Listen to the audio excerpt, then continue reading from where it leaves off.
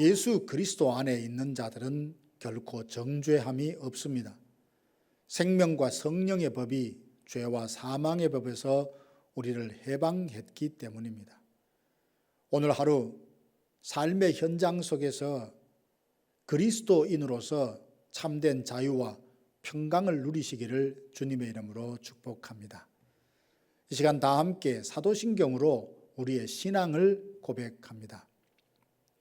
나는 전능하신 아버지 하나님, 천지의 창조주를 믿습니다. 나는 그의 유일하신 아들 우리 주 예수 그리스도를 믿습니다. 그는 성령으로 잉태되어 동정녀 마리아에게서 나시고 본디오 빌라도에게 고난을 받아 십자가에 못 박혀 죽으시고 장사된 지 사흘 만에 죽은 자 가운데서 다시 살아나셨으며 하늘에 오르시어 전능하신 아버지 하나님 우편에 앉아 계시다가 거기로부터 살아있는 자와 죽은 자를 심판하러 오십니다. 나는 성령을 믿으며 거룩한 공교회와 성도의 교제와 죄를 용서받는 것과 몸의 부활과 영생을 믿습니다. 아멘. 하나님의 말씀은 로마서 9장 10절에서 13절 말씀입니다. 그뿐 아니라 또한 리브가가 우리 조상 이삭 한 사람으로 말미암아 임신하였는데 그 자식들이 아직 나지도 아니하고 무슨 선이나 악을 행하지 아니한 때에 택하심을 따라 되는 하나님의 뜻이 행위로 말미암지 않고 오직 부르시는 이로 말미암아 서게 하려 하사 리브가에게 이르시되 큰 자가 어린 자를 섬기리라 하셨나니 기록된 바 내가 야곱은 사랑하고 에서는 미워하였다 하심과 같으니라. 아멘. 하나님은 자기의 형상대로 사람을 지으시고 친밀히 교제하며 사람으로 하여금 지은 세상을 잘 경영하게 하셨습니다. 그러나 인간은 자유의지를 남용해서 하나님이 금하신 선악과를 따먹고 불순종함으로 사망에 이르게 되었습니다. 이때 하나님은 긍휼이 풍성하셔서 그 기쁘신 뜻대로 멸망 중에 있는 자들 중 얼마를 예수 그리스도 안에서 선택하셔서 긍휼을 베풀기로 작정하셨습니다. 로마서 9장은 하나님의 선택에 담긴 은혜가 무엇인지 잘 보여줍니다.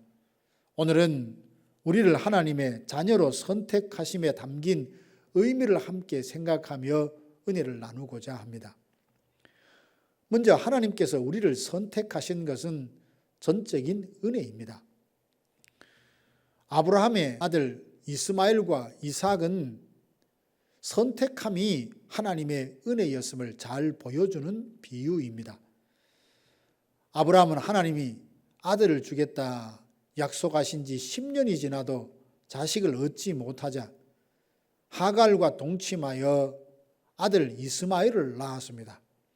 그 후 14년이 지났을 때에 아내 사라가 잉태하여 아들 이삭을 낳았습니다. 이스마엘은 엄연히 아브라함의 아들입니다.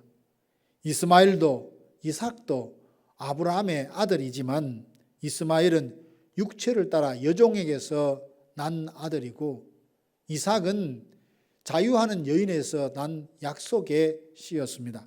하나님은 이스마엘이 아니라 이삭을 하나님의 아들로 약속의 아들로 삼으셨습니다. 하나님은 누구를 약속을 이을 자로 선택할지 아브라함과 의논하지 않으시고 하나님의 주권적인 선택으로 결정하셨습니다. 이삭은 결혼한 지 20년이 되었을 때에 쌍둥이 아들을 얻었습니다. 하나님께서는 큰아들 에서를 선택하지 않으시고 작은 아들 야곱을 선택하셨습니다. 하나님은 이삭과 리브가와 이 일을 의논하지 않으시고 하나님의 주권으로 야곱을 약속의 아들로 선택하셨습니다. 이삭과 야곱이 하나님의 선택을 받은 것은 이스마엘이나 에서보다 인격이 훌륭해서가 아닙니다. 하나님의 선택은 이들이 태어나기도 전에 이미 이루어졌으니 하나님의 선택은 전적으로 은혜입니다. 이와 같이 우리를 선택하심도 전적으로 은혜입니다.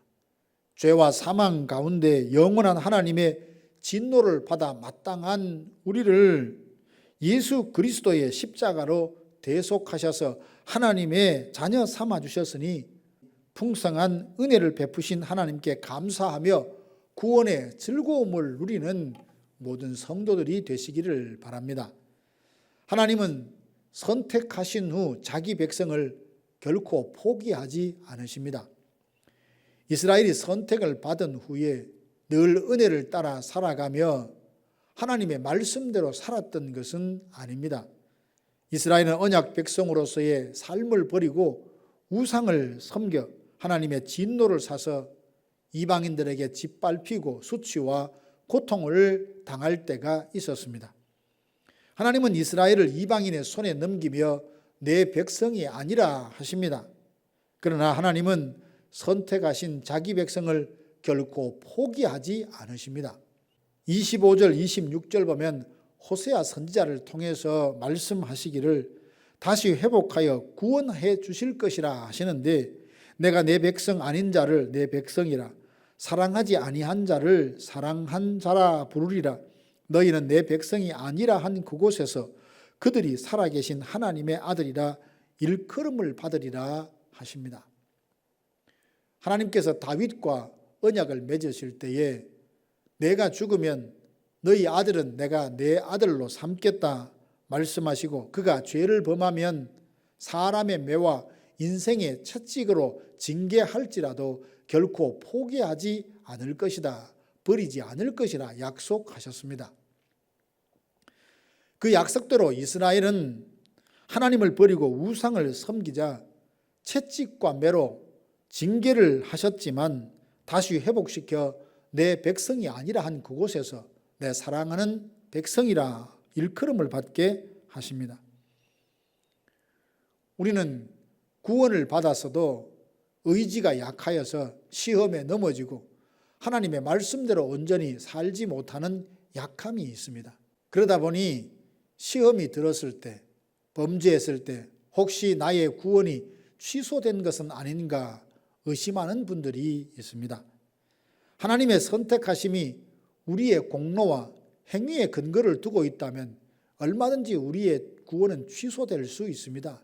그러나 우리의 선택은 하나님의 신실하심에 근거하기에 취소될 수 없습니다.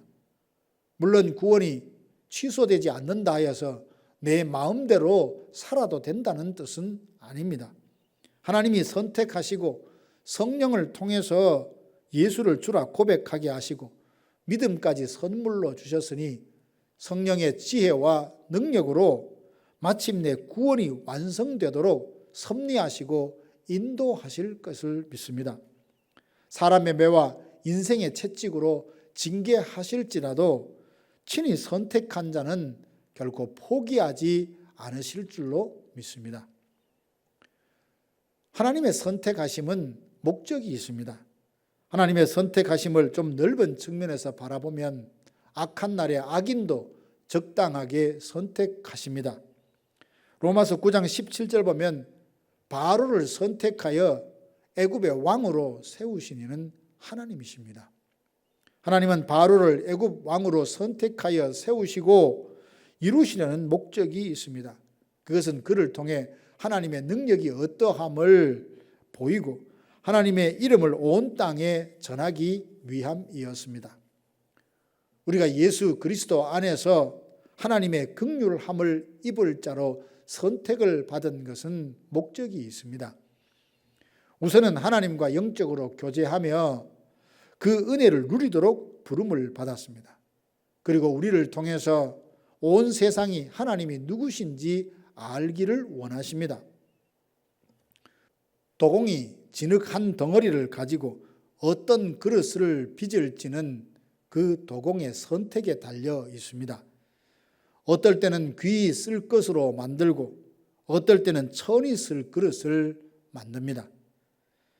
그런데 사실 천하게 쓰일 것이냐 귀하게 쓰일 것이냐라는 것은 우리의 입장에서 바라본 생각일 뿐입니다.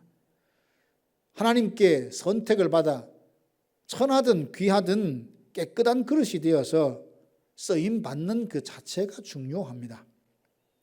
그러므로 우리는 하나님의 자녀로 선택받은 후에 부르심에 합당한 삶을 살고자 힘써야 하며 어떤 영역이든 어느 측면이든 하나님께 선택받아 쓰임받게 되었다는 사실에 감사하며 그 부르심에 합당한 삶을 살도록 힘쓰는 성도들이 되시기를 바랍니다. 사랑하는 성도 여러분, 죄인된 우리가 아무런 자격이 없음에도 불구하고 하나님의 긍휼을 입을 자로 선택을 받은 것은 영광스러운 일입니다. 하나님은 조건이나 능력을 보지 않으시고 창세전에 우리를 하나님의 자녀 삼기로 선택하셨으니 우리가 선택을 받은 것은 전적으로 하나님의 은혜입니다. 우리가 선택받은 것은 하나님의 주권적인 결정이니만큼 결코 변치 않습니다. 신실하신 하나님께서 지혜와 능력으로 선택하시고 포기하지 않으시고 구원을 완성하실 것을 믿습니다. 날마다 긍휼을 입을 자로 선택해 주신 은혜에 감사하며 부름받은 자로서 내가 있는 곳에서 빛과 소금으로 살아가는 오늘 하루가 되기를 주님의 이름으로 축원합니다. 다 함께 기도하시겠습니다. 지금은 우리 구주 예수 그리스도의 은혜와 하나님 아버지의 크고 놀라우신 사랑하심과 성령의 위로교통 충만케 하심이 은혜로 선택받았음을 감사하며 부르심에 합당한 삶을 살기로 마음에 다짐하는 사랑하는 성도들 머리 위에 이제로부터 영원토록 함께 있을지어다. 아멘.